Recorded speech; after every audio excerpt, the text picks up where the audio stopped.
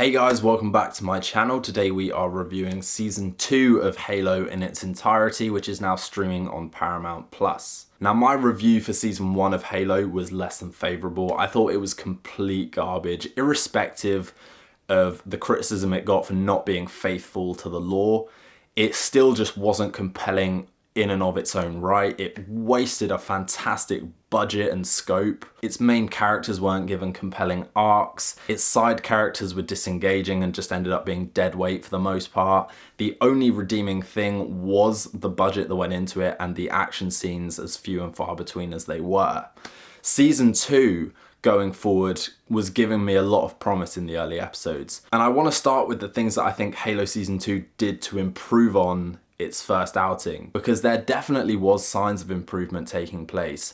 And the first is in the visual style that this show adopts. The first season had a very oversaturated, colourful and vibrant look, and Season 2 scales that back. It feels a bit more desaturated, it feels grittier, it feels moodier, and it feels bleaker, which is much more in line with, I think, the tone of what this show wants to be. It feels much more polished and it feels much more watchable at a visual level. The other thing I wanted to praise was Master Chief's actual character journey in Season 2.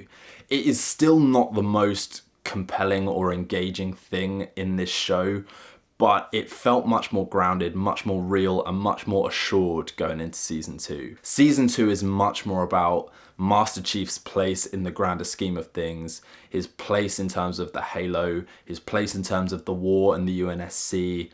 It feels much more grounded in that way, and it feels like the material is giving Pablo Schreiber a bit more to work with, particularly in the first half of the season, which I thought was the stronger half. The show has got a big budget, but you can see that they have to be sparing with it at times. Season 1 had 3 very memorable action episodes, and they were the first episode, the midpoint episode, and the finale episode, and that is the same here. Season 2 punctuates its action throughout the season in a similar way. Episode 1 has a fantastic action sequence. Episode 4, the midpoint episode, is basically an episode full of action, and then the finale has some big budget great action as well. So it follows a similar trajectory in that, and allows the show not to stagnate as much. Where Halo Season 2 falls short is everything in between, and it's much like Season 1 in that regard. It still has a lot of dead weight to cut, and I think that mainly comes across in the side characters and the subplots this show is for some reason committed to giving us. I was pleasantly surprised by the fact that we didn't get as much Quan Ha in Season 2 as we did in Season 1. However, the fact that she is still in the show feels like it's just putting her there for the sake of it and really doesn't give her a compelling reason to exist in this narrative. The same goes for Soren in Season 2 and Kessler and Lyra. There is a lot of screen time devoted to this side quest to go and rescue Kessler, which really felt like a bad creative choice to spend that much time with characters we really don't care about. I really cannot say I was invested in that plotline at all, because the show has A, not done enough in Season 1 to make those characters interesting and people we want to root for, and B, has not made them interesting outside of the main plotline to warrant leaving that plotline to follow a different one. I thought Season 2 was doing a much better job in the first half because Soren felt a bit more integrated into the main plotline, and it felt like the storyline was going to converge with his place on Reach and moving forward from that, and then it went in its own direction. This show could be so much more streamlined and so much more effective if it was focused solely on the wartime effort, the Spartan effort, the development of these political antagonists within the UNSC, like Ackerson, like Parangoski,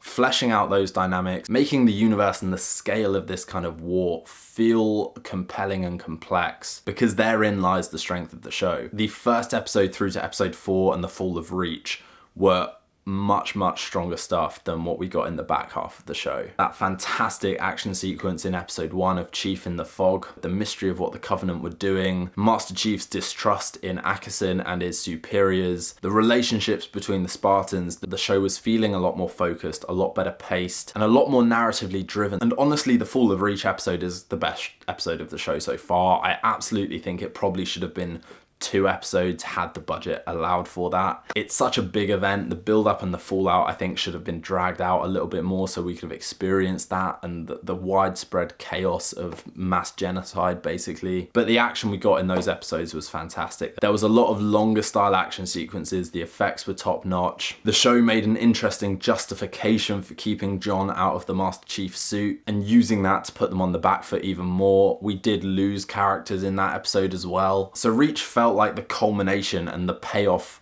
of the show realizing what it was doing wrong and rectifying that going forward. Episodes 5 to 7 really kind of fell short then after that. A lot of the season 1 flaws came back into play with the subplots, the uninteresting characters, the show trying to be deep and reflective with its characters and philosophies despite not having the writing to make that come across in particularly engaging ways. For me, what kept me somewhat interested between episodes 5 to 7 was the Arbiter's relationship with Makee going forward. I really couldn't care less about Makee. I don't think the show is doing itself any favors by keeping her around. But the Arbiter and his sense of honor and his defecting from his fellow elites, that was an interesting story arc. And that was the only interesting subplot I think we were getting in the later episodes of the show, building up to a really impactful and effective one-on-one with Master Chief in the finale. Overall, I'd say this show has moved into a better place. It feels more confident and it feels more purposeful in its vision. Not a knockout season, a clear improvement, but still a lot of work to be done going forward. So if you have seen it, guys, do drop a comment below and let me know your thoughts. Please also consider liking and subscribing to the channel. That's always a huge help for me.